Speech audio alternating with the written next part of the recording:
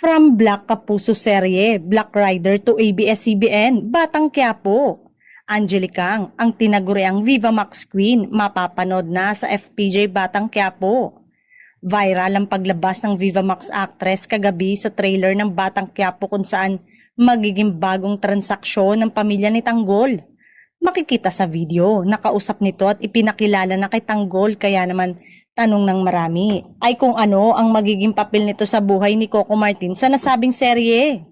Tanong tuloy ng marami ay kung si Angelina nga ba ang magiging kapalit ni Andrea Brillantes na napapabalitang minamadali ang guesting sa Batang Quiapo at anytime ay may gagawin na proyekto sa ibang network.